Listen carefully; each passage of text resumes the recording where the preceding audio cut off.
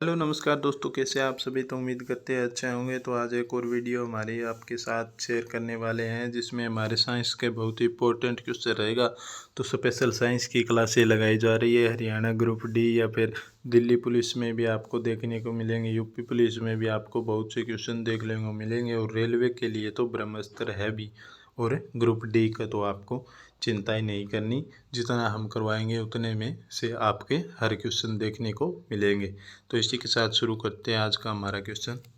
जी किरणों पर किस प्रकार का आवेश होता है? तो किसी प्रकार का आवेश नहीं होता। यह क्वेश्चन हमने आपको कल करवा दिया था। रेडियो कार्बन दाती निर्धारण विधि का उपयोग किया जाता है। तो जीवाश्मों की आयु का पता करने के लिए आपका इसका यूज किया जाता है, यानी कि कार्बन 14 का यूज इसमें होता है। ठीक है दोस्तों, तो अगले क्वेश्चन पर बात करते हैं। शरीर का सारा रक्त किसके माध्यम से शुद्ध होता है? तो यूरिक या किडनी के माध्यम से शुद्ध होता है। फेफड़ों से भी रक्त शुद्ध किया जाता है, जिसमें आपकी कार्बन डाइऑक्साइड को बाहर निकाला जाता है और ऑक्सीजन को इनपुट किया जाता है और कार्बन डाइऑक्साइड को आउटपुट किया जाता है। और बाकी सभी कार्य किडनी करती है। जितने भी रक्त में आपके हानिकारक पदार्थ होते हैं तो उसको छानने का कार्य आपकी किडनी करती है। हाइड्रोफाइट किसे कहते हैं? तो जलीय पौधों को हाइड्रोफाइट कहते हैं। दो समांतर दर्पणों के बीच रखी वस्तु के कितने प्रतिबिंब बनते हैं? तो अनंत प्रतिबिंब बनते हैं आपके दो समांतर दर्पणों के बीच, क्योंकि इस तरह रखे जाते हैं तो एक बार इसमें इस तरह जाएगा, एक बार इस तरह ऐसे प्रकाश आपका डोलता रहता है, तो अनंत प्रतिबिंब बनता है। और आपको प्रतिबिंब निकालना हो, मान ली कि आपकी 90 डिग्री पर रखी हुई है, तो कितने प्रतिबिंब बनेंगे? तो 360 को आप 360 डिग्री को लेकर आप इसमें नीचे 19 लिख देंगे और इसको भाग कर देंगे, यानी कि इसमें 4 आ गया। अगर आपकी सम संख्या आती है तो आप एक -1 कर देना, यानी कि 3 प्रतिबिंब बनेगा आपका 19 डिग्री पर। ठीक है दोस्तों, तो इसी तरह आपके प्रतिबिंब निकाले जाते हैं। दो समांतर दर्पणों के बीच रखी वस्तु का सबसे अधिक चमकीला प्रतिबिंब कौन सा होता है? तो दूसरा प्रतिबिंब होता है ना आपका, जिससे दो समांतर रखी है, तो आपका ये पहला प्रतिबिंब हो गया और ये दूसरा प्रतिबिंब हो गया। तो ये दूसरा प्रतिबिंब सबसे चमकीला बनेगा आपका। तेल का जल के तल पर फैल जाने का क्या कारण है? तो तेल का पृष्ठीय तनाव जल की अपेक्षा कम होता है, तो इसके कारण आपका तेल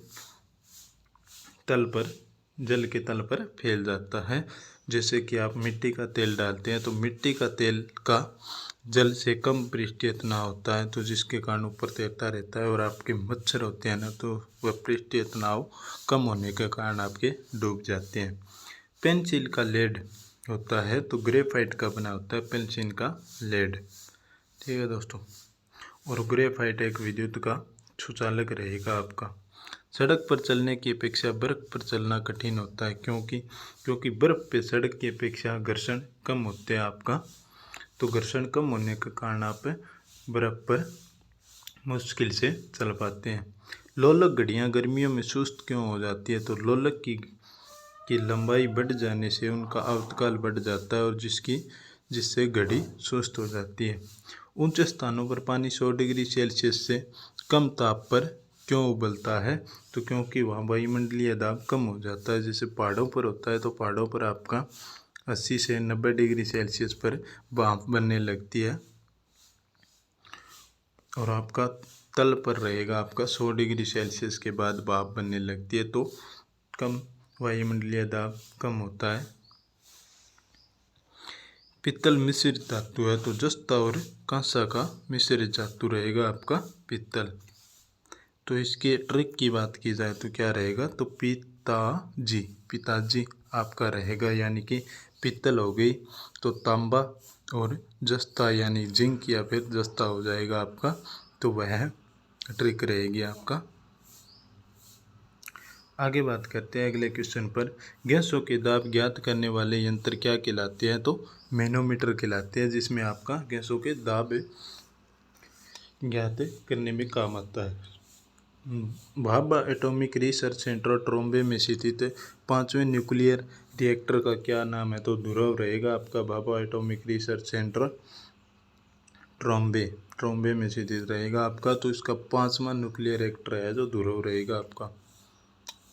अग्नाशयी रस में पाया जाने वाला एंजाइम ट्रिप्सिन प्रोटीन या पेप्टोन को किस में बदलता है, तो छोटा पेप्टाइड में बदलता है, यानी कि देख सकते हैं आप ट्रिप्सिन का कार्य होता है पेप्टोन को प्रोटीन में या फिर पेप्टाइड में बदलना।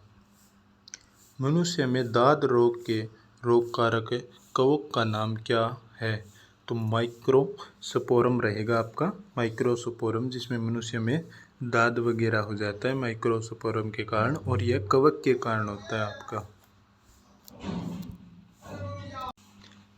आगे बात करते हैं सकरबी नामक रोग किस विटामिन के अभाव में होता है, तो विटामिन सी की कमी से आपका सकरबी रोग होता है, जिसमें एलर्जी वगैरह भी हो जाती है और विटामिन सी की कमी हो जाती है, तो जिसके कारण सकरबी रोग होता है आपका।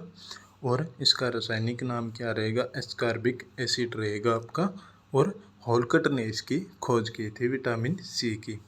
सबसे भारी धातु कौन सी है, तो ओस्मियम रहेगी आपकी सबसे भारी धातु। विद्युत का सबसे अच्छा चालक क्या है, तो चांदी रहेगा आपका विद्युत का सबसे अच्छा चालक। ठीक है दोस्तों, आगे बात करते हैं। और लकड़ी वगैरह ये आपकी विद्युत की कुचालक रहती है।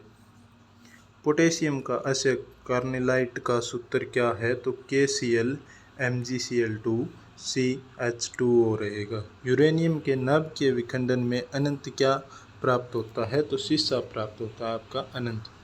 ध्वनि को मापने की इकाई क्या रहेगी, तो डेसिबल रहेगी आपकी ध्वनि को मापने की इकाई। स्टेनलेस स्टील किन धातुओं को मिश्रित करके बनाया जाता है, तो वह आपका क्रोमियम लोहा और निकेल वगैरह के मिश्रित करने के बाद स्टेनलेस स्टील बनाया जाता है। तो एक बात ध्यान रखना भैया, एसएससी में बहुत बार पूछा जाता है कि स्टेनलेस स्टील में स्टील की मात्रा कितना प्रतिशत होती है, तो 0% होती है आपकी स्टील की मात्रा। ठीक है दोस्तों, तो आपकी इसमें 0% रहेगी। वनस्पति विज्ञान की शाखा का क्या नाम है जिसमें शैवाल का अध्ययन किया जाता है, तो फाइकोलॉजी रहेगा आपका। और फाइकोलॉजी में आपका क्या किया जाता है, शैवालों का अध्ययन किया जाता है, और माइकोलॉजी में आपका कवकों का अध्ययन किया जाता है। दूध से दही बनाने वाले जीवाणु का नाम क्या है, तो बैक्टीरियम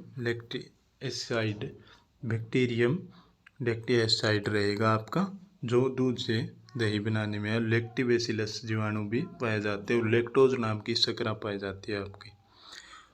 मधुमेह के रोगी के पेशाब में किसकी अधिकता होती है, तो शर्करा की अधिकता यानी कि शुगर की अधिकता हो जाती है। मधुमेह यानी कि डायबिटीज़ रोग जिसमें होता है, तो उसके पेशाब में आपका शुगर की मात्रा अधिक हो जाती है।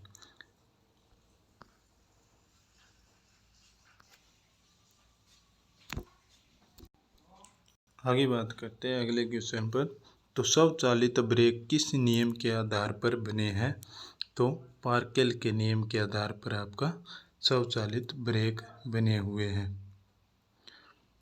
आगे बात करते हैं DNA संरक्षण का प्रतिपादन किसने किया था, तो किसने किया था आपका, तो कोरनबर्ग ने किया था आपका DNA संरक्षण का प्रतिपादन।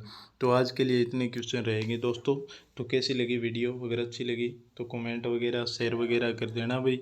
और डिस्क्रिप्शन में हमारा टेलीग्राम का लिंक मिलेगा आपको, तो वह ज्वाइन कर लेना, जिसमें आपको अच्छी अच्छी PDF वगैरह मिलती है, हैंड रिटन नोट्स भी मिलते हैं, और क्वेश्चन भी बहुत अच्छे प्रीवियस ईयर क्वेश्चन आपको देखने को मिलेंगे।